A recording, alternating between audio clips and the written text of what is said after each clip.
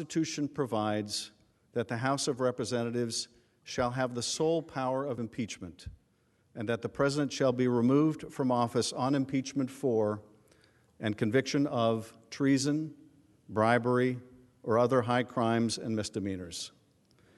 In his conduct of the office of the President of the United States, and in violation of his constitutional oath faithfully to execute the office of President of the United States, and to the best of his ability preserve, protect, and defend the Constitution of the United States, and in violation of his constitutional duty to take care that the laws be faithfully executed, Donald J. Trump has abused the powers of the presidency in that, using the powers of his high office, President Trump solicited the interference of a foreign government, Ukraine, in the 2020 United States presidential election. He did so through a scheme or course of conduct that included soliciting the government of Ukraine to publicly announce investigations that would benefit his reelection, harm the election prospects of a political opponent, and influence the 2020 United States presidential election to his advantage. President Trump also sought to pressure the government of Ukraine to take these steps by conditioning official United States government acts of significant value to Ukraine on its public announcement of the investigations. President Trump engaged in this scheme or course of conduct for corrupt purposes in pursuit of personal political benefit. In so doing, President Trump used the powers of the presidency in a manner that compromised the national security of the United States and undermined the integrity of the United States democratic process. He thus ignored and injured the interests of the nation. President Trump engaged in this scheme or course of conduct through the following means. Number one, President Trump, acting both directly and through his agents within and outside the United States government, corruptly solicited the government of Ukraine to publicly announce investigations into A, political opponent, former Vice President Joseph R. Biden, Jr., and B, a discredited theory promoted by Russia, alleging that Ukraine, rather than Russia, interfered in the 2016 United States presidential election. Number two, with the same corrupt motives, President Trump, acting both directly and through his agents within and outside the United States government, conditioned two official acts on the public announcement that he had requested.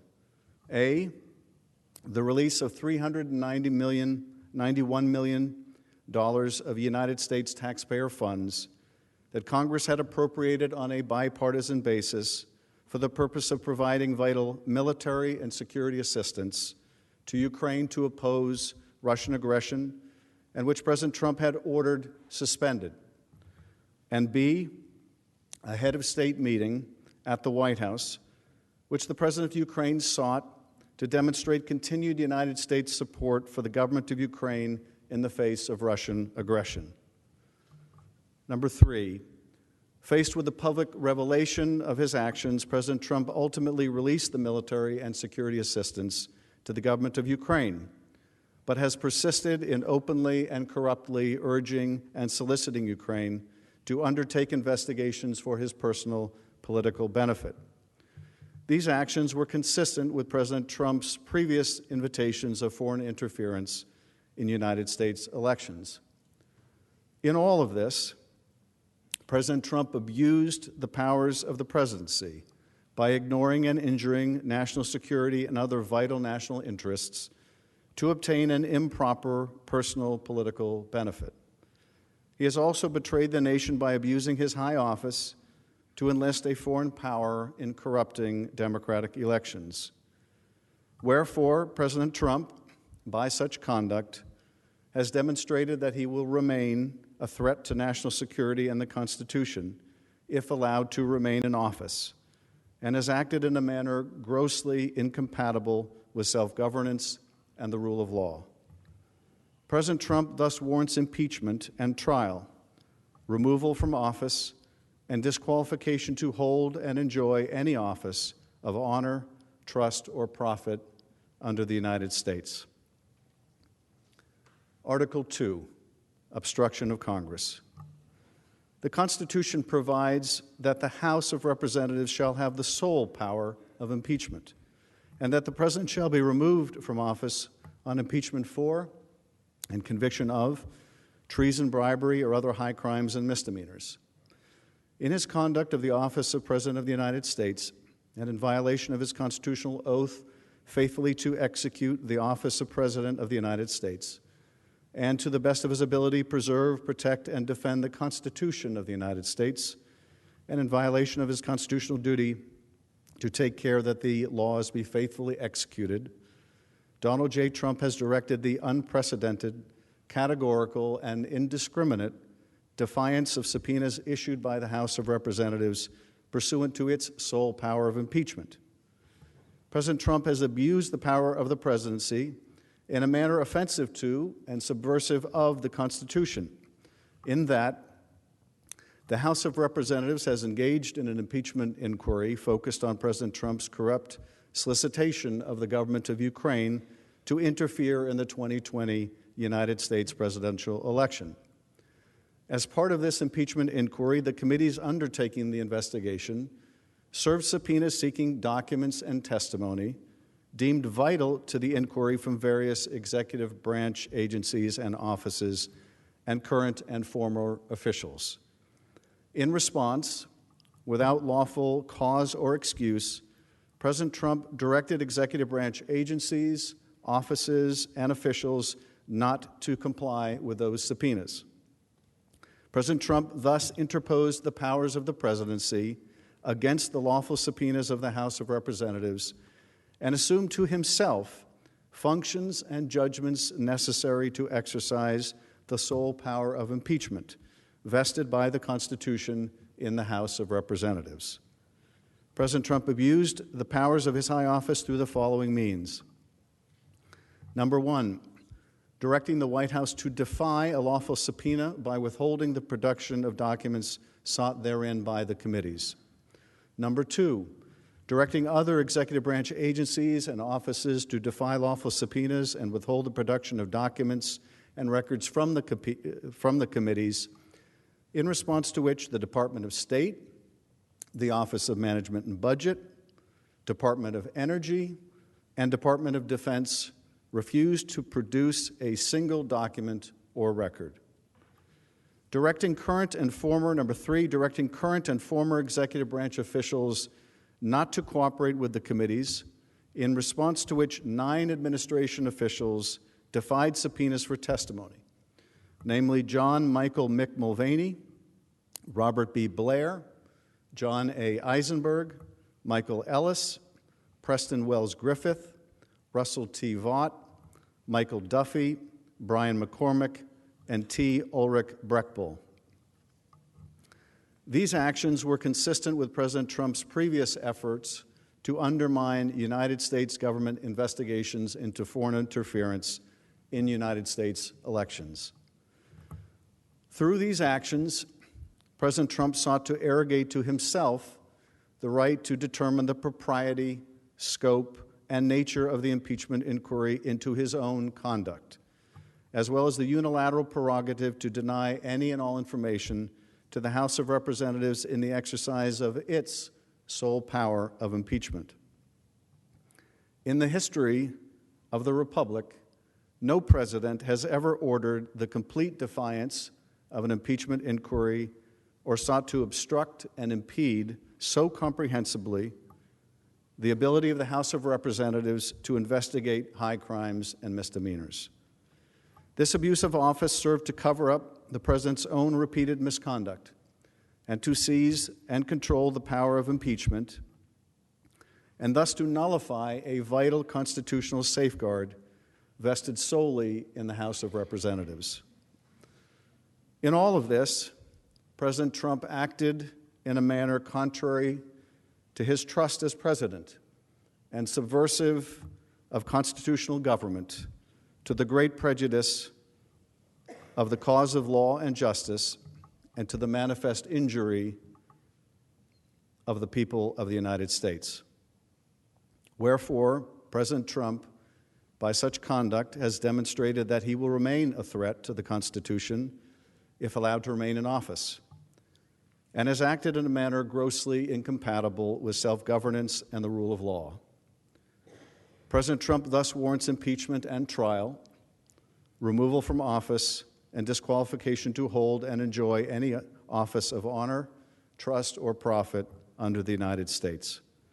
Mr. President, that completes the exhibition of the articles of impeachment against Donald John Trump, President of the United States. The managers request that the Senate take order for the trial. The managers now request leave to withdraw. Thank you, Mr. Schiff. The Senate will duly notify the House of Representatives when it is ready to proceed to trial.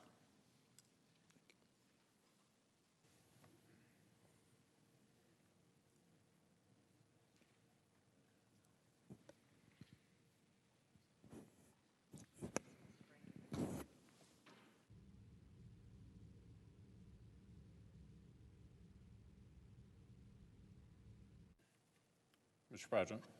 Majority Leader. For the information of senators, pursuant to yesterday's order, at 2 o'clock today, the Senate will proceed to the consideration of the articles of impeachment. The Chief Justice of the United States will preside over the trial as required in Article 1, Section 3, Clause 6 of the United States Constitution. Also, under the previous order, the presiding officer has been authorized to appoint a committee of 4 senators, 2 upon the recommendation of the Majority Leader and 2 upon the recommendation of the Democratic Leader, to escort the Chief Justice into the Senate chamber. I ask that the presiding officer do so now. The Chair, pursuant to Order January 15, 2020, on behalf of the Majority Leader and the Democratic Leader, appoints Mr. Blunt of Missouri, Mr. Leahy of Vermont, Mr. Graham of South Carolina, and Mrs. Feinstein of California to escort the Chief Justice of the United States into the Senate chamber. So for the further information of senators, there will be a live quorum call prior to the arrival of the Chief Justice at 2 p.m. today. I ask unanimous consent that the Senate stand in recess subject to the call of the chair. Without objection, the Senate stands in recess subject to the call of the chair.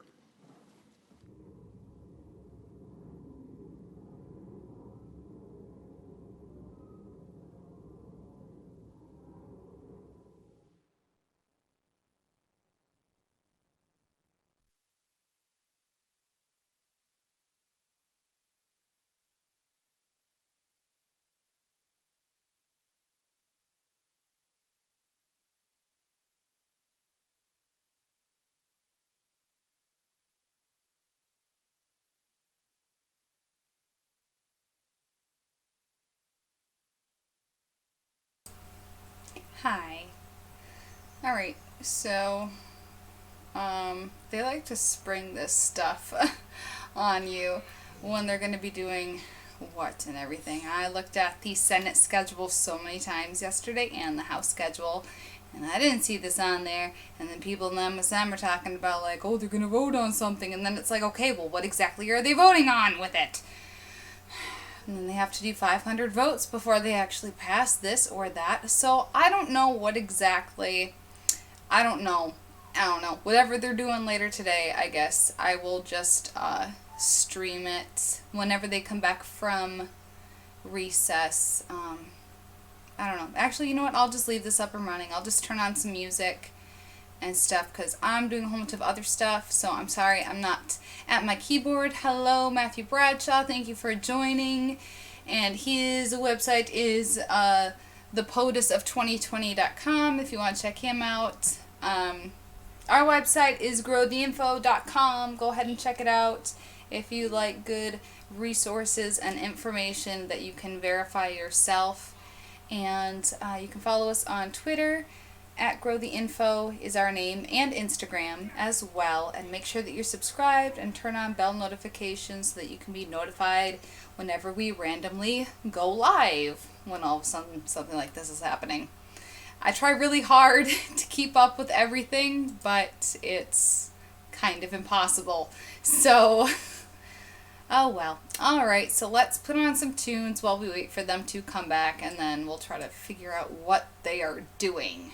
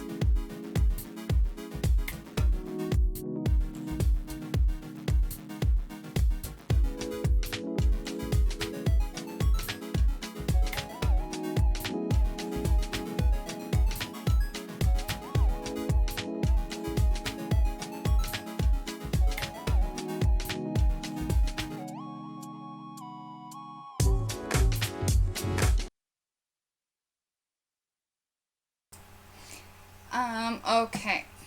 So, actually, I think I might stop the stream. That's okay, Twinkie. I think I'm going to be popping out for a bit too because, I looked up and apparently, they're going to be, hearing and reading and considering the articles more at 1 p.m. Central Standard Time, 2 p.m. Eastern Standard Time. So, I guess I'm going to stop the stream until then. I'll keep an eye out though, and if nothing else, then I'll just, pop on here and go live again, like I just did, you know. It's really hard to keep up with this stuff. They have their schedule that they put on the webpage for the Senate and the House, and then they like to add in other things, and whenever they're done conducting their scheduled business, then they like to throw other things in there. That's why you see them standing up and saying, oh, we want to consider this bill and that bill and blah blah blah.